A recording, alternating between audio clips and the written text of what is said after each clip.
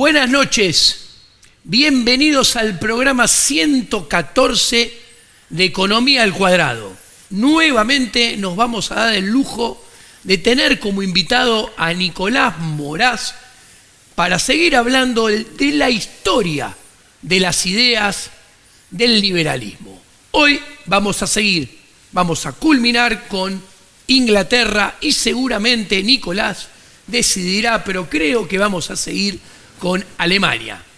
Buenas noches, Nicolás. ¿Cómo andás? Buenas noches, Diego. ¿Cómo estás? Gracias por estar. Un placer. Muchísimas gracias. Bueno, concluimos la historia increíblemente apasionante y sorprendentemente enterrada por los lobbies canaperos liberales y por los partiduchos liberales, comillas, comillas, comillas, de la gran escuela de Manchester que a través del libre comercio acabó con el hambre en Inglaterra. Y vamos a hablar, ya habíamos comentado que Thomas Hosking era el editor jefe de la revista The Economist, una publicación prestigiosísima, hasta que la compran los inescrupulosos banqueros de la guerra y del imperio de la dinastía Rothschilds. Justamente el subeditor de The Economist es un joven muy peculiar, Herbert Spencer. De origen humilde y una inteligencia prodigiosa, Spencer abandonó la educación formal y fue uno de los tantos autodidactas de su tiempo que conquistó la mayor cuota de éxito posible. Herbert Spencer estudió lenguas muertas, filosofía, historia del pensamiento y ciencias duras y otras cuantas materias con su tío, que era pastor, y se empezó ganándose la vida trabajando en el ferrocarril. Como era habitual en su tiempo y lo que caracterizó al desarrollo más grande, cuantitativo y cualitativo de calidad humana de la historia, que es precisamente la segunda revolución industrial, Spencer entra al ferrocarril a trabajar desde lo más bajo y al demostrar una enorme aptitud, es ascendido progresivamente hasta convertirse en ingeniero, porque el título de ingeniero durante siglos y al día de hoy sucede en lo más importante que hay en el capitalismo moderno, que es la informática. Vos sos ingeniero si demostrás la aptitud para hacerlo. No importa lo que diga un título, un papel Exacto. pintado, que es un papel pintado, sí, que es el certificado emitido por la Universidad Estatal. Y Spencer llega a ser ingeniero ferrocarrilero, pero su inquietud intelectual no podía, digamos, dejarlo recluido ahí mucho tiempo, razón por la cual se destaca como un extraordinario cronista de su tiempo, como un estudioso de la dinámica social que termina siendo uno de los dos padres de la filosofía, que son Yin Yang, Auguste Comte, que es el mal encarnado, el secretario del aristócrata socialista Saint-Simon. Que le gustaba a Domingo Faustino Sarmiento, o corregime. Sí, y la gran ironía es que Sarmiento, cuánto daño hizo leyendo a Comte y teniéndolo como autor de cabecera según sus propias memorias, y vos podés creer que Domingo Faustino Sarmiento, luego de tanto daño hecho al país, luego de haber mandado a matar a los argentinos en la cruel guerra del Paraguay, diciendo que la sangre de gauchos no valía nada, y donde muere de hecho como cuasi un castigo divino su propio hijo natural, Sarmiento muere en Paraguay, exiliado en Paraguay. ¿Vos sabías eso? No, ¿Y sabés qué? ¿Sabés qué? Según lo que me ha contado mi gran amigo Flavio Gardela, ¿sabés qué estaba en su escritorio donde murió? ¿Qué estaba? Estática Social de Herbert Spencer. Mirá. ¿Cuánto mal se habría ahorrado la Argentina si Sarmiento leía a Spencer antes que a Comte? No tenga la menor duda. Herbert Spencer es subeditor de The Economist, escribe Estática Social en la década de 1830 y 4 años antes que Darwin publique El origen de las especies, Herbert Spencer plantea que la especie humana, su conformación biológica y su conformación social tienen un carácter dinámico y evolutivo. Mira qué interesante. Pionero de la evolución, de hecho, necios e ignorantes quienes llaman a Spencer y a sus sucesores darwinistas sociales, siendo que él es un pionero, y que su principio de la evolución está intrínsecamente ligado con el orden espontáneo. Bueno, yo te iba a decir, no hay nada más evolutivo espontáneamente que la acción humana, que ya hablaremos cuando nos ocupemos de Alemania. Actualmente imperan corrientes, y hace más de un siglo, corrientes transhumanistas o aceleracionistas, que plantean que el progreso o el desarrollo humano puede provenir de la ingeniería social. Spencer rechaza absoluta y radicalmente esta idea. Spencer sostiene que solo el curso natural y no coactivo de los acontecimientos y de los fenómenos individuales y sociales es lo que llevará a una evolución, y advierte ya desde su juventud, cuando era un hombre entusiasta y optimista, a diferencia de su vejez, advierte que cualquier interferencia coactiva política, sea cual sea su naturaleza, lo único que va a hacer es generar un salto atrás o un estancamiento en la evolución humana. Las obras de Spencer son fabulosas, las de su juventud, pero la cumbre paroxística de su trabajo, 1884, llega en su edad adulta, que si no yo no recuerdo mal ya tiene 60 años o más, y es un libro monumental, El hombre contra el Estado. Dimensionemos un poco, Spencer como Bastiat era un fervoroso optimista en la década de 1830, en la década de 1840. Él dice, el mundo va bien, el mundo va irrefrenablemente a bien, somos cada vez más prósperos, Cobden logró eliminar la miseria, estamos inmersos en la mejor época de todos los tiempos, y sin embargo con los años, con la madurez intelectual, con la ecuanimidad del juicio y en simultáneo con la observancia de los crímenes atroces del Imperio Británico, del horror del regreso y la extensión de la esclavitud en las colonias africanas y con el surgimiento del socialismo, Spencer pierde muy fuertemente sus esperanzas en esta transformación lineal hacia bien y dice, se ha dado la peor de las hipótesis y esto se está pudriendo. Bueno. Básicamente, ¿me permitís? Sí. Ya te dejo paso.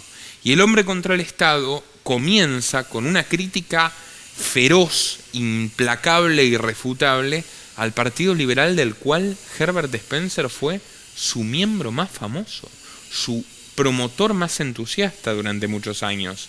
El capítulo se llama Los Nuevos Conservadores. Eso te iba a comentar. Eso cuando te iba a decir recién. Ese capítulo 1 plantea algo que es muy importante que la gente joven argentina entienda. Los liberales de antaño se transformaron en neoconservadores, que es lo que plantea Spencer en ese capítulo 1, y son la fuente del mal, entre comillas, que termina, como siempre digo, y vos lo remarcás, entregándole el triunfo en bandeja de plata al socialismo, con su belicismo, con su militarismo, con su imperialismo, que a través de él hacían negocios con sus empresas y el Estado, armas, municiones, barcos, etcétera, etcétera, sí, etcétera. Además, Spencer retrata con digamos, rigurosidad científica, retrata la estafa perpetrada por el Partido Liberal. A ver. Mostrando que a él y a toda Inglaterra le prometieron defender los intereses del pueblo frente a la nobleza, defender los intereses del pueblo frente a la aristocracia, defender la libertad individual y la propiedad privada frente al Estado, al mercantilismo, y defender la paz frente al imperio. Ninguno de esos propósitos se cumplió. 50 años de membresía del Partido Liberal llevan a Spencer a concluir que los liberales se han convertido, partidarios, políticos, parlamentarios, en peores enemigos de la libertad que los primeros conservadores. O sea, no dinamitaron el sistema desde adentro. Lejos de dinamitar el sistema desde adentro, lo que hicieron, y él lo enumera profundamente, es multiplicar las leyes, multiplicar las regulaciones, poco a poco aumentar los impuestos de manera más sutil de lo que ya lo habían hecho históricamente los conservadores, pero de manera decisiva, incluso su escasa contribución a ordenar ciertas cuentas públicas para lo único que sirvió es para tener más capacidad de financiamiento de incursiones militares genocidas y posteriormente deficitarias en otros países. En suma, se perpetró una estafa feroz. El Partido Liberal ya en 1884 se demostraba como un placebo para adormilar los deseos de libertad y de rebelión de muchos ingleses, y se había convertido en un enemigo denodado de la libertad. El libro no trata solamente de eso. El libro de Spencer es una fabulosa crítica al Estado y a la sociedad de su tiempo, que incluye un capítulo muy duro y muy áspero contra el asistencialismo y contra el socialismo, que uno lo lee y dice está asesinando y pulverizando a Grabois y al Papa Francisco. Pero no, como todas las grandes obras liberales, es una vigencia extraordinaria. Y Spencer inclaudicablemente critica el imperialismo. De hecho, en 1892 él ya es el autor más leído, el filósofo más leído del siglo XIX, del mundo entero. ¿Y sabes cuál es la prueba de eso, Diego? Que en las bibliotecas populares de la Argentina, en la biblioteca pública de Salta, en la biblioteca de Bariloche, en la biblioteca de La Plata, yo lo he visto personalmente. Puede que no esté las bases de Alberdi, pero está El hombre contra el Estado. El padre de Borges, que era un anarquista spenceriano. ¿Qué había en la biblioteca de los inmigrantes que pensaban en la Argentina? El hombre contra el Estado. Esas ideas fueron las que llevaron al mundo a su mayor prosperidad y a su mayor cumbre civilizatoria antes de la debacle del siglo XX. En 1892, un aristócrata japonés, Kaneko Kentaro, consulta a Spencer, el sociólogo más prestigioso del mundo, para la redacción de la Constitución japonesa. Spencer le contesta 3 cartas muy escuetas, donde básicamente le dice la Constitución no va a ser una sociedad más próspera. No es un papel mágico. En otras palabras, la ley positiva no se va a traducir en una mejora social. Las cosas llevan muchísimo tiempo, que es la noción de complejidad de un evolutivista, de un pionero de la evolución. Obviamente. Y le dice, lo que sí le advierto, mantenga lo más lejos de su tierra cualquier emisario británico o norteamericano si no quiere correr la trágica suerte de genocidio y de extinción de la India, un irreductible antiimperialista. Spencer tiene un discípulo, como sucedió con Bastiat, que engendró el anarquismo de Molinari, como sucedió con Paine, que engendró el anarquismo de Thoreau y de Spooner. Sí. Spencer inaugura una corriente que son los anarquistas spencerianos. Auberon Herbert, Donisthorpe y otros tantos más, que fue la última generación de liberales lúcidos de Inglaterra del siglo XIX, pero deja una huella que yo voy a nombrar solamente 2 autores del siglo XX ingleses que realmente merecen muchísimo respeto. Si bien no son anarquistas, o no del todo, porque no se dedicaron fundamentalmente a la filosofía, fueron 2 personas formadas por esa coyuntura intelectual spenceriana, que son Aldous Huxley, sí, un liberal clásico que fue pionero en vaticinar el horror del cientificismo y del control estatal del cuerpo y de la salud mucho antes que Foucault, y en estos tiempos es extraordinariamente valiosa su obra Un mundo feliz, y la revisión 30 años posterior, que es un nuevo viaje al mundo feliz, donde habla de la importancia del adoctrinamiento de los medios de comunicación, sí, para el sometimiento de las personas, y deja en claro que el bloque liberal de la Guerra Fría es igualmente criminal que el bloque soviético, y probablemente más tétrico y peligroso, porque convergerán en un totalitarismo único que yo creo que sin duda estamos viviendo. Es lo que estamos viviendo, es hacia dónde vamos. Ese Huxley es un Huxley formado a base de Herbert Spencer y de una familia de psicópata, porque es la oveja negra y el hombre cuerdo de una familia de locos, donde su abuelo es uno de los más entusiastas cientificistas, le decían el bulldog de Darwin, ni siquiera Darwin le tenía mucho cariño. Thomas Huxley, que es quien realmente trata de introducir a la política el darwinismo, lo cual es algo que ni Darwin ni Spencer contemplan viable, al contrario, aborrecible. Y el hermano de Aldous Huxley, el hermano mayor, escúchate esto, Julian Huxley es el fundador del transhumanismo y de la eugenesia, de la idea de que puede haber un mejoramiento racial y un mejoramiento del ser humano a través de la política y de la violencia estatal, y es el primer director de la UNESCO, del Ministerio de Educación del mundo. Ante estos psicópatas, no es casualidad.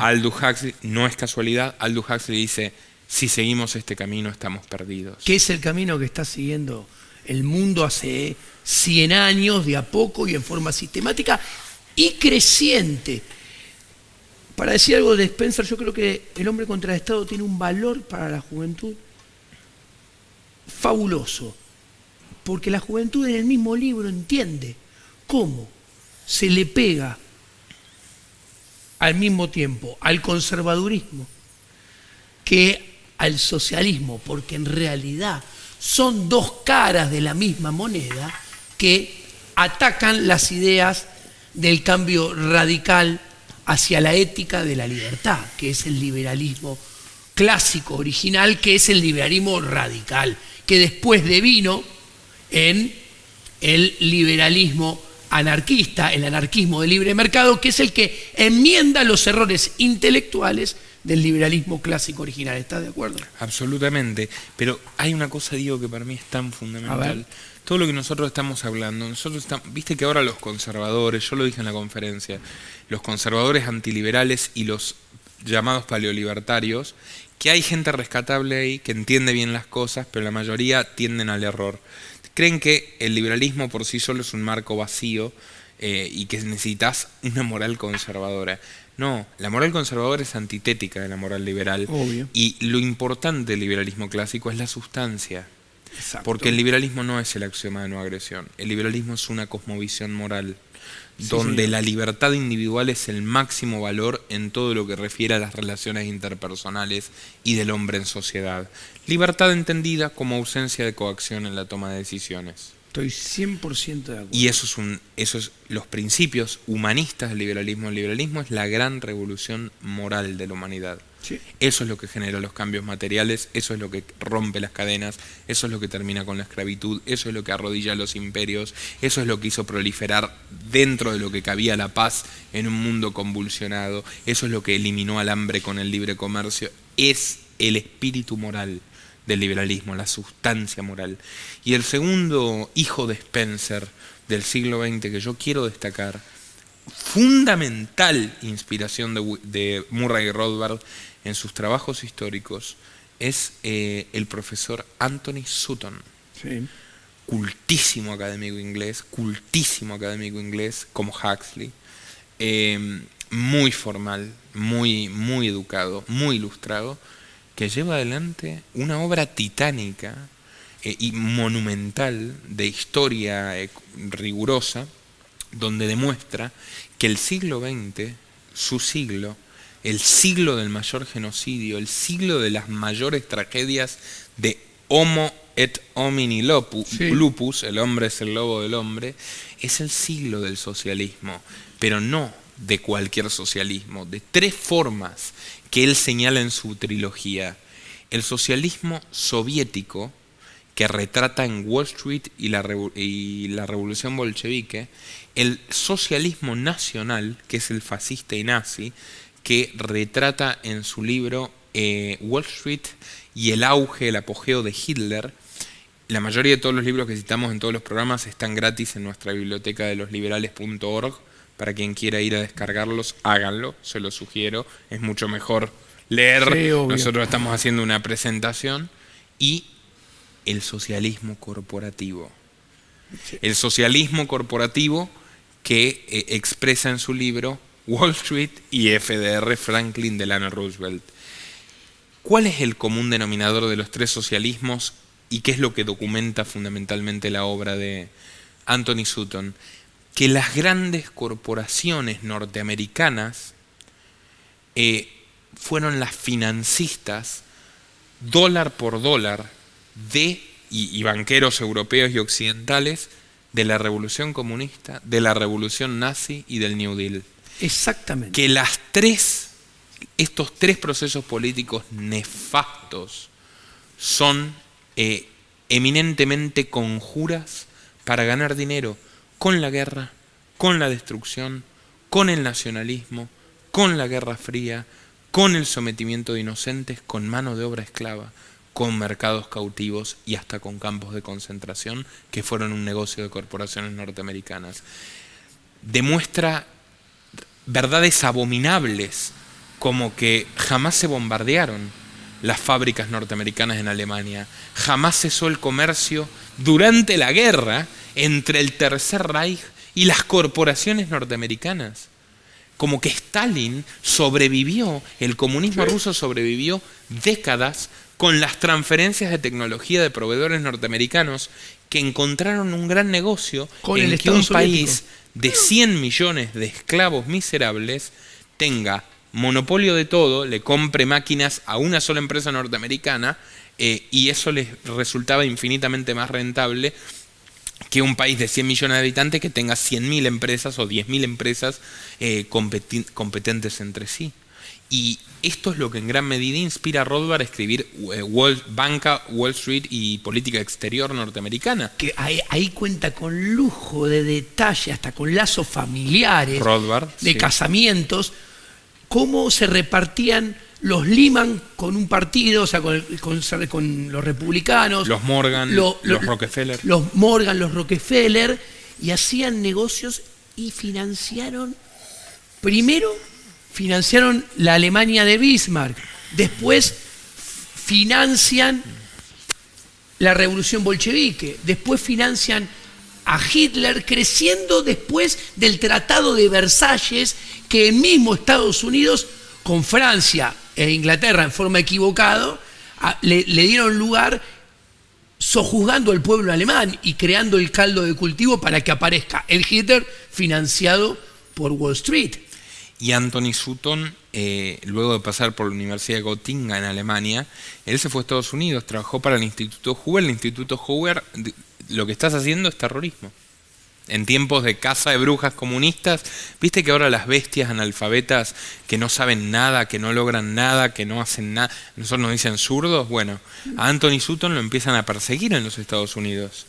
Y no le dan espacio en la televisión y lo echan de las instituciones y lo vean de las universidades, porque lo que está diciendo no le gusta al gobierno norteamericano. Obviamente. Y a las empresas repugnantes, emprendarias que han perpetrado estos crímenes y financian a las universidades.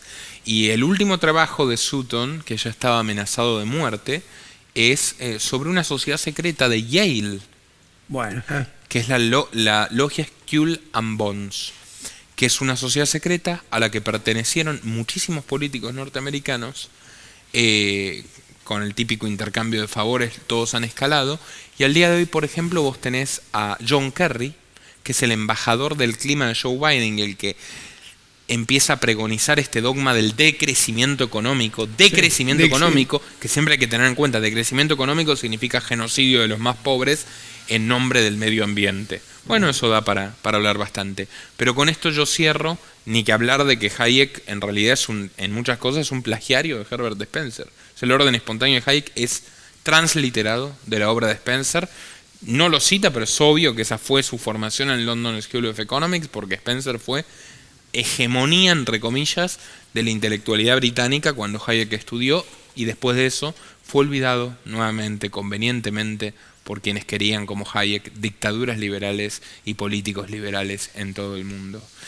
Esta es mi exposición final sobre el liberalismo en Inglaterra. Es muy interesante, para cerrar, que los jóvenes tengan bien en claro que Estados Unidos es el imperio que no dejó nada. Como dijo Keith Richards, guitarrista de los Stones, lo único que dejó el imperio americano es el blues y el jazz. Corrección, eso también lo robó. De los negros. Porque eso proviene de los negros.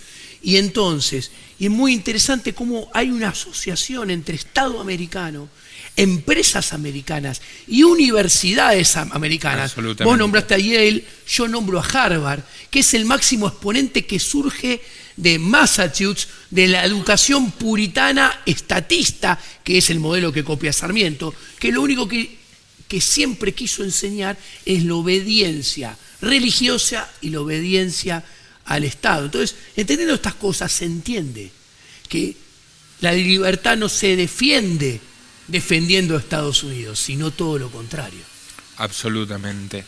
Y bueno, el legado de los británicos probablemente haya sido por cantidad de autores y de obras el mayor al liberalismo, razón por la cual algunas bestias primitivas que todavía habitan en las cavernas y pretenden ser intelectuales y se hacen llamar hispanistas, consideran que es el lavado de cerebros del imperio, cuando sin embargo los mayores responsables de frenar al imperio británico fueron los liberales británicos. Así es. ¿Cómo seguimos? ¿Con qué tema querés seguir? Seguimos, si te parece... Tenemos 7 minutos en este programa. ¿Tenemos 7 minutos? Bueno, entonces me parece que deberíamos seguir con la historia más desconocida, que reconozcámoslo, era hasta desconocida por nosotros hasta hace poco tiempo. 5 minutos, que me dice el director. Es el liberalismo en Alemania. Y si ya el liberalismo francés, que es extraordinario, es desconocido, el liberalismo de Alemania, de los países alemanes, es absolutamente desconocido antes de la escuela austríaca. Y sin embargo existió, y a mí me encanta esta historia, que la reseña el gran historiador Ralph Raico, que era amigo de Rothbard. Esta historia condensa la historia de todo el liberalismo en muy breves años.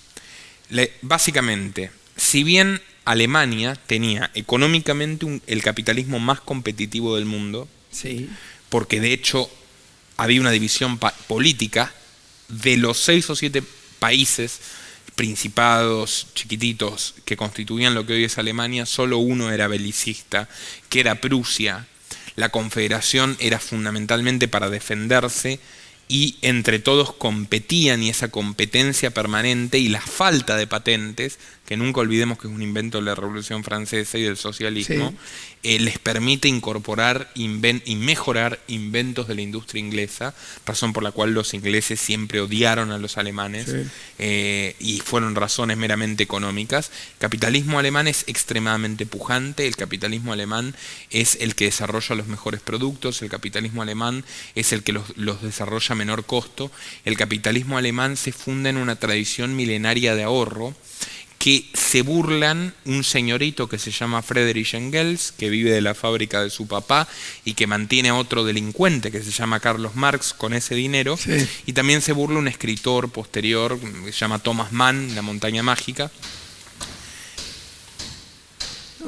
Bueno, seguimos en el próximo capítulo, si querés. No, me parece que es al lado que estaban ese ruido. Ok. Se burlan de esa tendencia de los alemanes, de los burgueses alemanes, a trabajar durísimamente para dejarle el mayor legado posible a la próxima generación, preferencia temporal altísima, pensando en la prosperidad y el futuro de su familia en lugar del derroche personal. Esto los comunistas no lo podían entender, al fin y al cabo son unos inútiles, incompetentes, envidiosos, y sin embargo hizo enorme a la burguesía alemana. ¿Qué sucede? Esto fue en lo económico. En lo social no eran tan liberales, vos lo sabes bien, el puritanismo, el luteranismo no fue nada mejor que el catolicismo. Impone la educación obligatoria porque considera que la educación bíblica debe ser forzosa y compulsiva, pero en el siglo XIX nacerá una generación de ilustrados liberales alemanes de la cual vamos a hablar en el próximo episodio. Perfecto. Bueno, señores, muchas gracias por estar hoy con nosotros. Nos vemos en el próximo programa de Economía al Cuadrado.